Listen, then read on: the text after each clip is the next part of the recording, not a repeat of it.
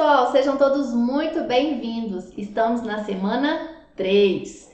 Nessa semana vamos falar sobre teoria cinética dos gases. Mas antes da gente ir para a nossa aula, eu peço a vocês que se inscrevam no canal do Escola Online, ativem as notificações para ficar por dentro sempre quando tiver aula nova no canal. E se gostar da aula, claro, deixe seu like. Peço também que nos sigam lá nas nossas redes sociais. Nosso Instagram está repleto de novidades. E nós temos agora nossa plataforma. Acesse lá, plataformaescolaonline.com.br. Lá nós vamos postar também nossas novidades, nossos materiais teóricos do PET, do nosso projeto Eu Não Erro Mais, né? É um projeto que a gente iniciou agora para te preparar para arrasar na prova do Enem. E nós estamos fazendo as aulas de acordo com o TRI. Nós estamos indicando os conteúdos para você que mais caem no Enem e que garantem a você uma nota maior, tá bom? Então segue a gente lá, compartilha com os amigos, né, a plataforma. Então lembrando aqui, ó, o endereço tá aqui embaixo, ó, plataformaescolaonline.com.br. Vocês vão adorar, tá um mimo. Eu adorei. Então, pessoal, eu sou a Simone, professora de Química do canal Escola Online. Nossa aula inicia depois da vinheta.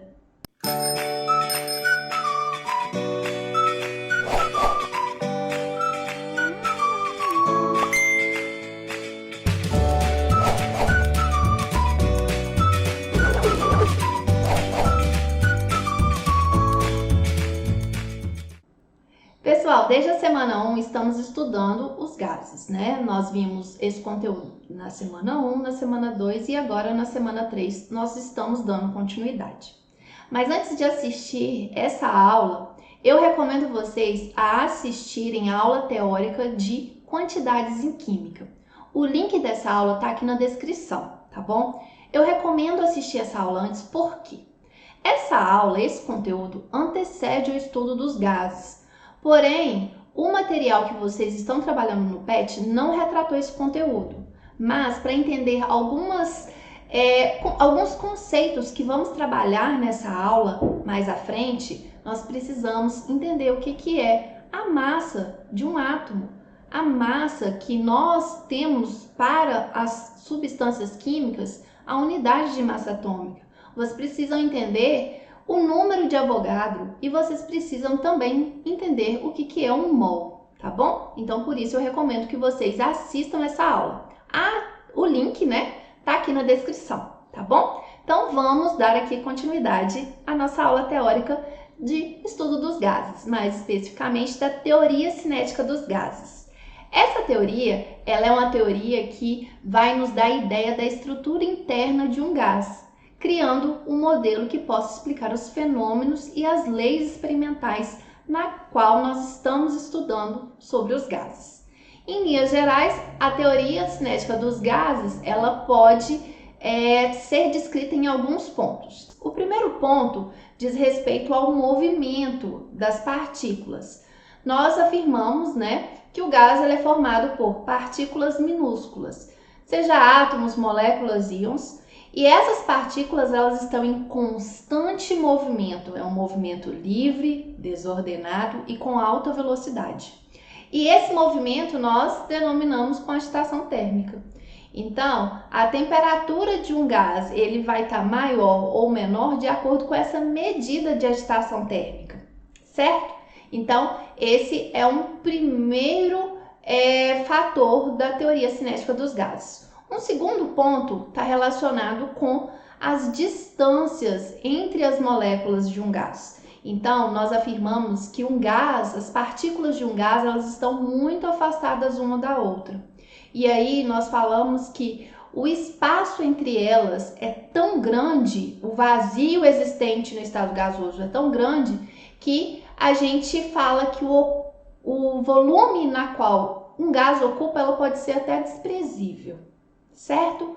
Um outro ponto em relação aos gases está relacionado com o seu movimento, né? Nós falamos que também em relação ao seu movimento, nós falamos que as partículas de gás, elas se chocam de forma perfeitamente elásticas entre si e contra as paredes do recipiente que as contém, sem que haja perda de energia cinética. Então, por isso que o movimento das partículas de um gás, ele é sempre contínuo, sempre perpétuo, ok? Uma molécula de gás nunca estará em repouso, sempre em movimento. E além disso, é fácil a nossa compreensão em relação à pressão que um gás exerce. Então, por exemplo, a gente está aqui, nesse recipiente com um determinado volume, e se a gente aplica aqui uma pressão, aumentando a pressão, a gente vê que as colisões aqui, elas são maiores, né? O que justifica, o que resulta em maior número de choque entre as partículas com a parede desse recipiente. Então, aqui efetuando uma maior pressão exercida por esse gás dentro desse recipiente. Então, quanto menor o volume, considerando aqui uma mesma quantidade de matéria, maior será a pressão desse gás exercido na parede do recipiente. E o movimento, as moléculas não exercem força umas sobre as outras, exceto quando colidem. Essa colisão, ela apresenta um movimento retilíneo e uniforme. Isso equivale a desprezar as forças gravitacionais e forças intermoleculares, tá bom? Então, a gente fala que as moléculas elas não vão interagir entre si, a não ser que colidem. E essas situações que nós vimos aqui, esses 4 pontos em relação aos gases, a teoria cinética do gás, ela é retratada por um gás perfeito. O que é um gás ideal ou perfeito? É um gás que vai obedecer todas essas fórmulas e leis que nós estudamos até o momento, né? E também vai encaixar perfeitamente no modelo que a gente acabou de ver da teoria cinética. Só, gente, que esses estudos aqui que nós fazemos são para gases perfeitos, mas um gás real, ele afasta desse comportamento, né, do gás perfeito. Principalmente se a gente considerar pressões muito altas ou temperaturas muito baixas. Então, um gás real, ele vai ter alguma diferença, e essas diferenças são bem significativas quando nós estamos avaliando em altas pressões e baixas temperaturas, tá bom? O volume dos gases, ele reduz bastante e as partículas se avizinham, passando umas a interferir no movimento das outras, nas condições aqui de pressão alta e temperatura muito baixa. Então, quanto mais esse volume fica reduzido e quanto mais as moléculas interferem no movimento da outra, isso faz com que o gás ele fique mais distante do que a gente considera como gás ideal, gás perfeito. Quando que o gás real ele vai se aproximar de um gás ideal? O gás real vai se aproximar do ideal quando for medido em condições de pressão baixa e temperatura alta. Por quê? Porque nessa situação aqui é o que a gente considera o gás, as moléculas vão estar extremamente afastadas e aí não vai ter tanta interferência de uma molécula em relação à outra. Então, em outras palavras, o comportamento de um gás real será tanto mais perfeito quanto mais rarefeito ele estiver, quanto mais afastadas as moléculas estiverem, certinho? E aí nós vamos ver que Avogadro, que era um físico italiano que realizava experimento com gás, ele formulou uma lei conhecida como hipótese de Avogadro, que volumes iguais de qualquer gás, a mesma temperatura e a mesma pressão vão ocupar o mesmo volume se possuírem o mesmo número de moléculas. Então, aqui está representado nesse primeiro quadro a mesma quantidade de moléculas do segundo quadro. E todos os dois possuem e estão na condição de mesmo volume, temperatura e pressão. Isso significa que podemos concluir então que o número de moléculas de gás oxigênio é igual ao número de moléculas de gás nitrogênio. Por quê? Porque se as condições de volume, temperatura e pressão são as mesmas nos dois recipientes, então nós temos a mesma quantidade de moléculas. Certo, pessoal? Então vamos ver agora o volume molar. O que é volume molar? Volume molar é o volume em que 1 mol de qualquer gás ocupa em determinadas condições de temperatura e pressão. Então, nós podemos definir como o volume molar do gás ser um volume ocupado por 1 mol de qualquer gás em determinadas condições de pressão e temperatura. O volume molar, ele independe da natureza do gás, mas ele varia com a pressão e com a temperatura. Então, numa mesma pressão, numa mesma condição de pressão e temperatura, independente de qual gás seja, 1 mol de qualquer gás sempre vai ocupar o mesmo volume nas mesmas condições de pressão e temperatura. E aí nós podemos falar em relação ao volume molar que um gás ocupa nas condições CNTP. O que é condição CNTP? É a condição normal de temperatura e pressão, em que a temperatura nós consideramos 273 Kelvin ou 0 graus Celsius e a pressão nós consideramos 1 atm ou 760 milímetros de mercúrio. Então, 1 mol de qualquer gás sempre vai ocupar 22,4 litros nas condições normais de temperatura e pressão, nas condições CNTP. Certo, pessoal? Então, agora nós vamos continuar nas leis que regem os gases. Então, a gente já estudou transformações isotérmicas, isobáricas e isovolumétricas e também na equação geral dos gases. E aí a gente chegou que as variáveis de estado, pressão, volume e temperatura, nessas transformações, elas sempre serão constantes. Tanto que a gente chega aqui na equação geral dos gases, vocês lembram? P1V1T1 vai ser igual a P2V2T2. Então, a condição inicial, após uma transformação, esse valor de pressão vezes volume por temperatura sempre será constante, ok?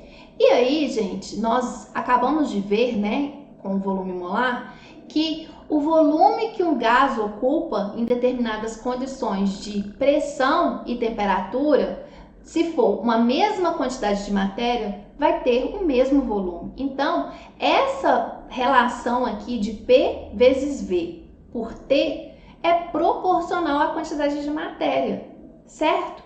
E aí, nós podemos ver, por exemplo, que quando certa massa gasosa ela sofre uma transformação, nós podemos dizer que nessa massa gasosa existe uma certa quantidade de matéria, em que a gente chamou aqui de N, que N representa a quantidade de matéria em mols, ok? E aí, se a gente fizer, considerando nas condições CNTP, o que é a condição CNTP? A gente acabou de ver, né? Considerando a pressão de 1 atm, temperatura de 273 Kelvin, o volume que 1 mol de gás ocupa sempre é 22,4 litros.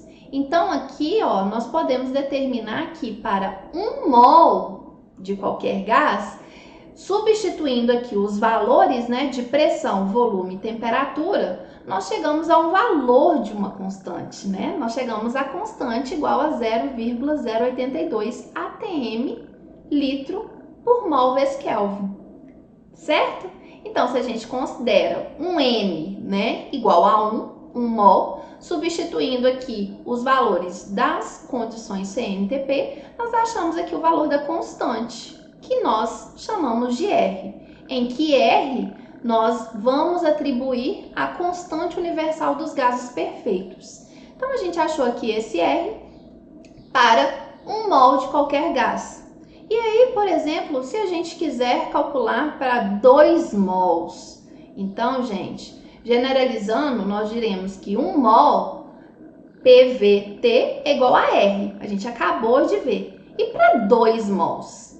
Vai ser 2R, né? E para 3? Vai ser esse valor aqui para 3R. E para 4? E para 5? E para N? A gente vai ver que vai ser também em relação proporcional a essa constante.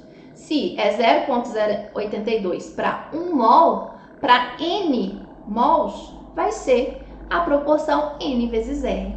E aí a gente chega na equação que nós chamamos de equação de Clapeyron, que PV, né, o T está aqui dividindo, passa para lá multiplicando, é igual a nRT, que é a equação de Clapeyron, ok? Que nós podemos relacionar as variáveis de estado, PV e T, com a quantidade de matéria, de um gás. E aí, a gente vê que para essa equação de Clapeyron, o valor de R, quando nós usamos pressão, volume e temperatura nas unidades de ATM, litro e Kelvin, nós chegamos aqui a um valor de R. Porém, se nós estivermos trabalhando com as variáveis de estado em outra unidade, o nosso R também será em outra unidade. Por exemplo, se a gente trabalhar com a pressão em milímetros de mercúrio, nosso R vai ter um valor de 62,3.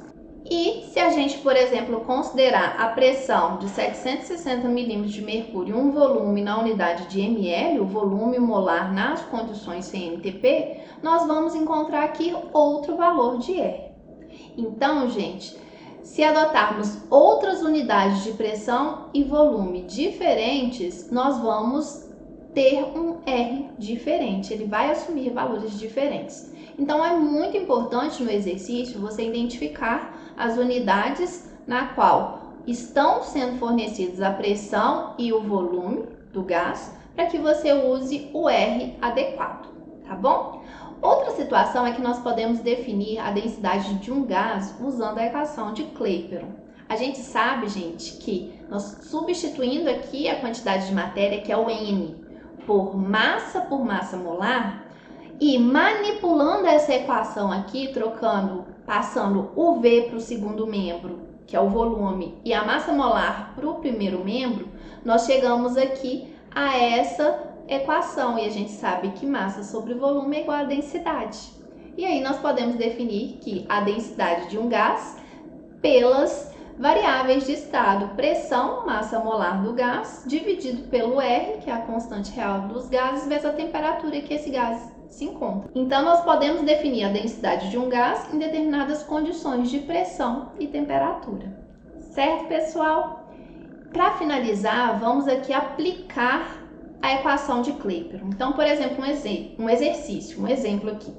Um recipiente de 6 litros contém 22 gramas de gás carbônico a 37 graus Celsius. Determina a pressão exercida por esse gás dentro do recipiente. Então, gente, deu aqui que o volume é 6 litros, a massa de 22 gramas de gás carbônico a 37 graus Celsius. A gente sabe, né, nós já vimos nas outras aulas que toda vez que estamos trabalhando com gás, nós não podemos usar aqui a unidade de temperatura em graus Celsius. Nós temos que transformar para Kelvin. Então, 37 mais 273, 310 Kelvin, ok? E aí, gente, está querendo a pressão. Só que aqui, gente, nos deu massa. A equação de Clapeyron é em função do número da quantidade de matéria. Então, a gente sabe que o N, que é a quantidade de matéria, é a massa da substância pela massa molar, né? Qual que é a substância? Gás carbônico. Qual que é a massa molar do gás carbônico? Vamos calcular. Massa molar do CO2. Então, tem 1 carbono, a massa do carbono é 2, e 2 oxigênios. A massa do oxigênio é 16, dando então a massa molar de 44 gramas por mol. Então, lembrando que eu falei com vocês lá no início da aula, antes de dar continuidade aqui, resolver os exercícios, é muito importante que vocês estudem e vejam a aula de quantidades em química. A descrição dessa aula teórica está aqui. O link, né, dessa aula teórica está aqui na descrição do vídeo, ok? Então, a gente achou aqui a massa molar do gás carbônico. Então, a massa deu aqui 22 gramas e a massa molar é 44 gramas para cada mol de CO2. Fazendo aqui o cálculo, nós encontramos meio mol. Então, a equação de Clapeyron é PV igual a nRT. Então, o N nós acabamos de calcular, meio mol. O R, gente, nós vamos utilizar aqui o R, a constante igual a 0,082 atm litro por mol Kelvin.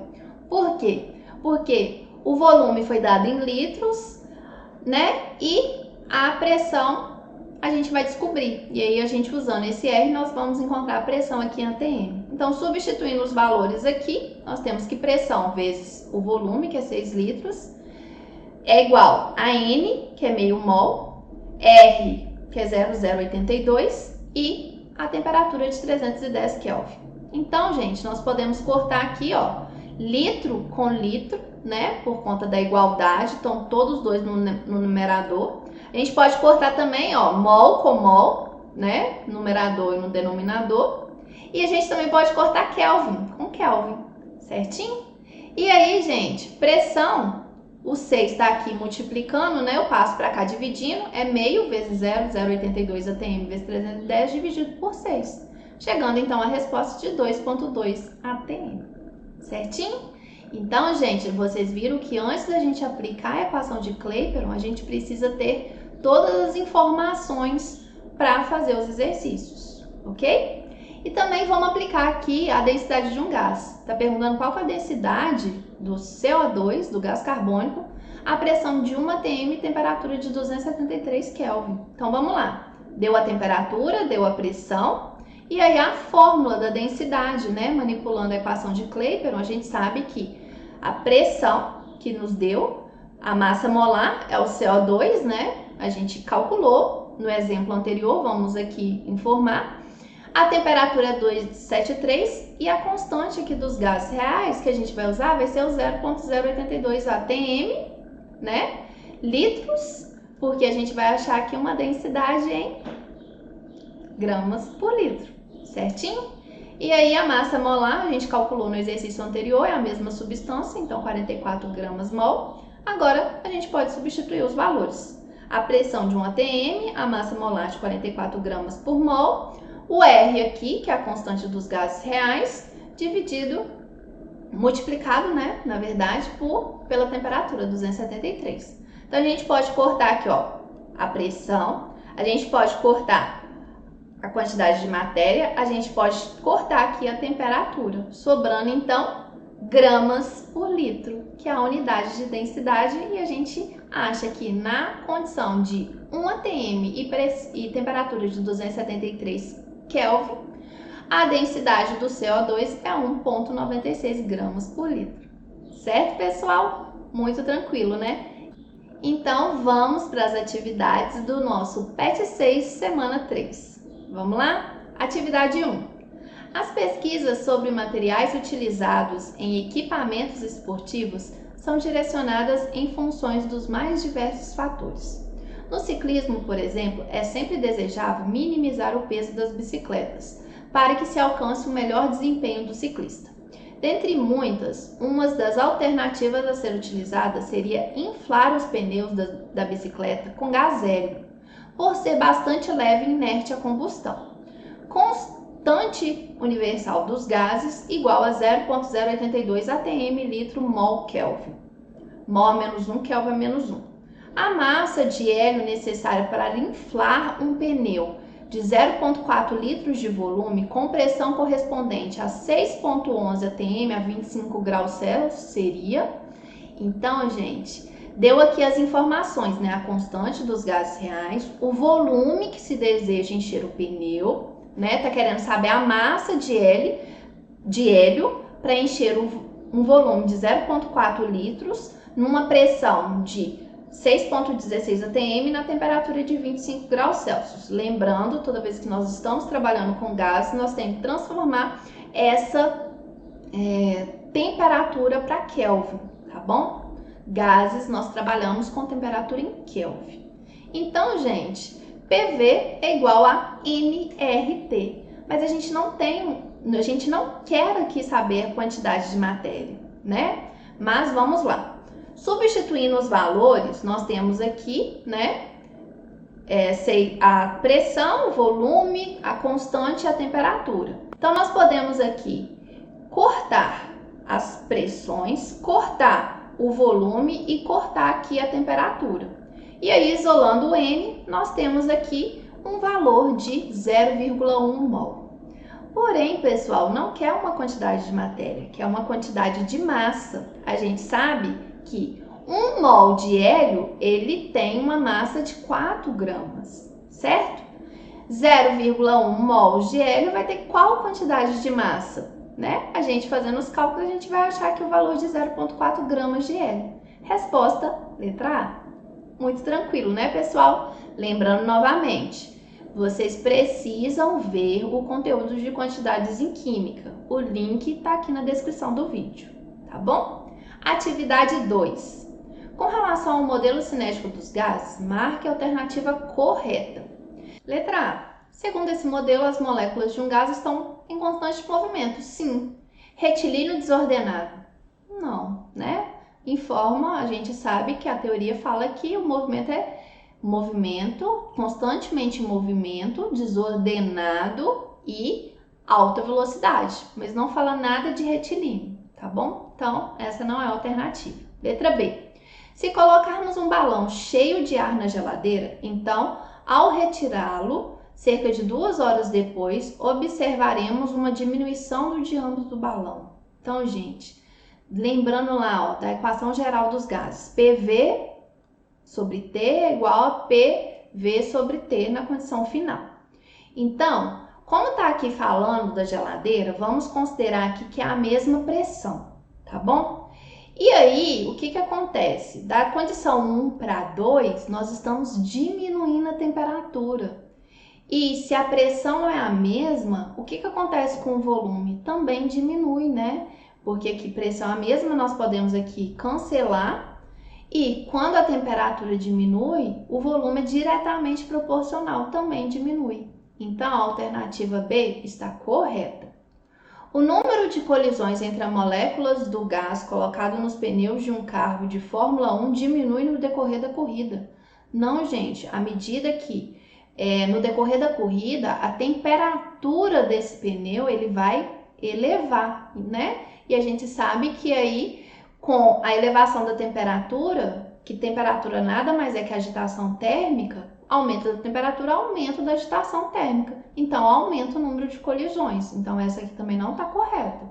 Letra D. Considerando que a pressão atmosférica na superfície de um lago é aproximadamente 2 vezes menor do que a pressão no fundo. Não, gente. A pressão da superfície, ela sempre é inferior à pressão do fundo do lago. Lembrando, né, quando a gente for calcular a pressão no fundo do lago, tem toda aquela coluna de água acima. Então, a pressão sempre vai ser maior, ok? Então, letra D também não está correta, certo? Atividade 2, letra B. Atividade 3. A temperatura que devemos aquecer uma caldeira aberta com capacidade de 50 litros para que saia metade da massa do ar nela contida a 27 graus Celsius é. Então, gente, vamos lá. Se é uma caldeira aberta, nós entendemos que a condição inicial e final de pressão, ela é a mesma, tá bom? Então, nós vamos considerar aqui que é um processo onde a pressão é constante. O volume inicial e o volume final, ele também é o mesmo. Por quê? Porque é a capacidade da caldeira, certo?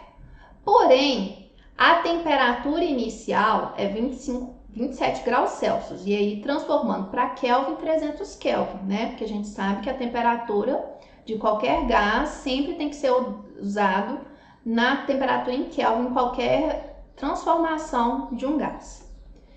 E aí, gente, está querendo saber qual que vai ser a temperatura que a gente tem que aquecer para que a quantidade de matéria, né? Que olha, fala aqui, ó, com capacidade para que saia metade da massa de ar nela contida. Então, a condição 1, nós temos o N, né? Na condição 2, nós temos que ter metade da massa. Então, N sobre 2. E está querendo saber a temperatura na situação 2. Ok? Então, gente, nós temos aqui a condição inicial, P1V1 é igual a N1RT, e a situação final aqui, ó, né, numa segunda situação, a quantidade aqui de matéria mudou e está querendo saber a temperatura. Só que, gente, nós não falamos que pressão e volume são constantes, porque é uma caldeira aberta de mesma capacidade. Então, P1V1 é igual a P2V2, certo? E aí, nós podemos igualar. N1RT1 é igual a N2RT2, certinho? E aí, nós vamos substituir os valores. Nós podemos aqui cortar o R, né? Porque é a mesma constante. E o N1, nós consideramos o valor N. E o N2, nós consideramos N sobre 2. A temperatura 1 é 300 Kelvin. E a temperatura 2 nós estamos querendo saber. Novamente, o N aqui, ó, nós não temos o valor, mas nós podemos cancelar, porque está aparecendo nos dois lados da nossa equação.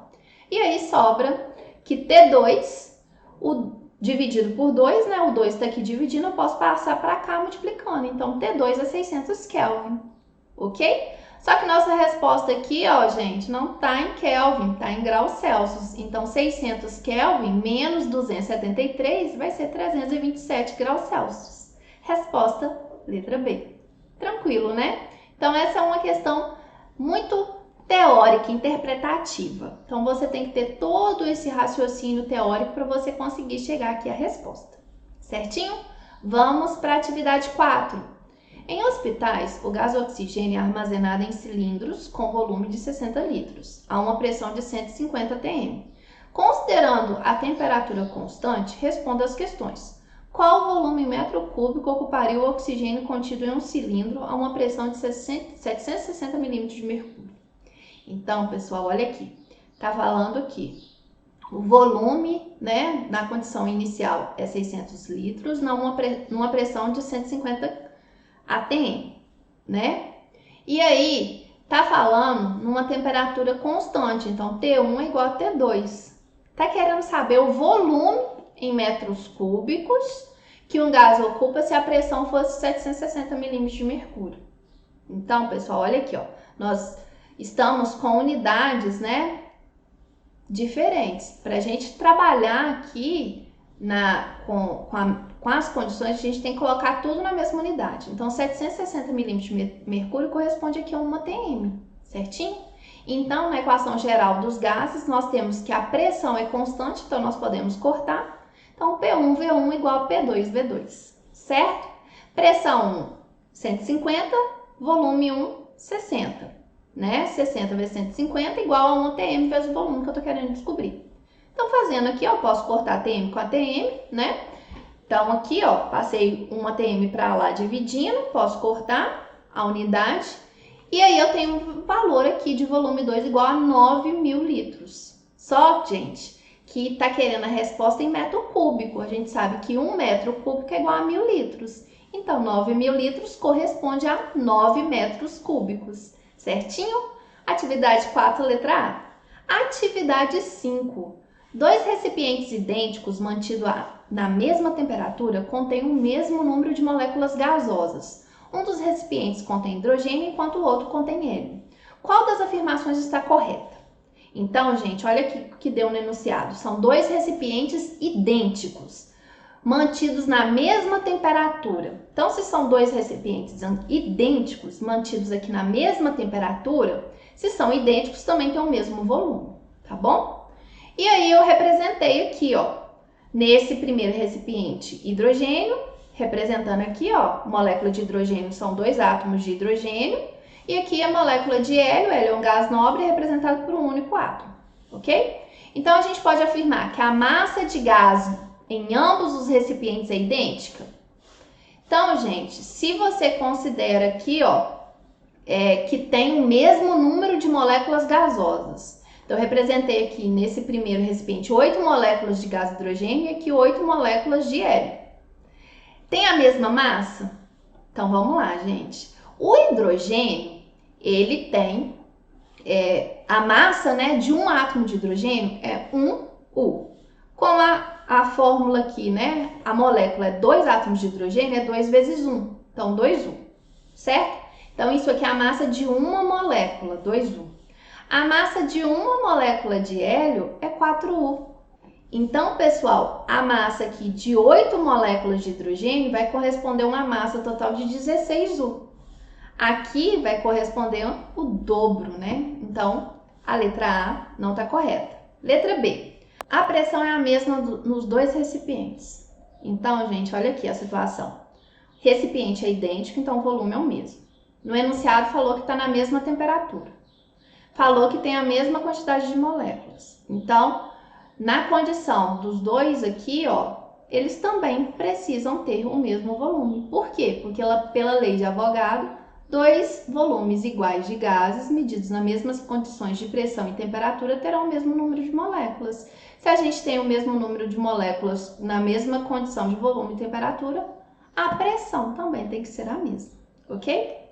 Letra C. Ambos os recipientes contêm o mesmo número de átomos. Né? Aqui, ó, você contar a quantidade de bolinhas aqui, ó, aqui tem 16 átomos e aqui só tem 8. A massa gasosa no recipiente que contém hidrogênio é o dobro da massa gasosa no recipiente do hélio. Do hélio, a massa do hélio que é o dobro, ok? Então, atividade 5, letra B. Finalizamos, então, as atividades da semana 3. Se surgiu alguma dúvida, deixe um comentário. Lembro vocês que, para entender essas quantidades em química, é necessário assistir a aula que está aqui na descrição do vídeo. Ok, pessoal? Então, assistam essa aula. Se você teve alguma dificuldade a mais, deixem no comentário que vai ser um prazer responder. Se gostou da aula, deixe seu like. Até mais, pessoal!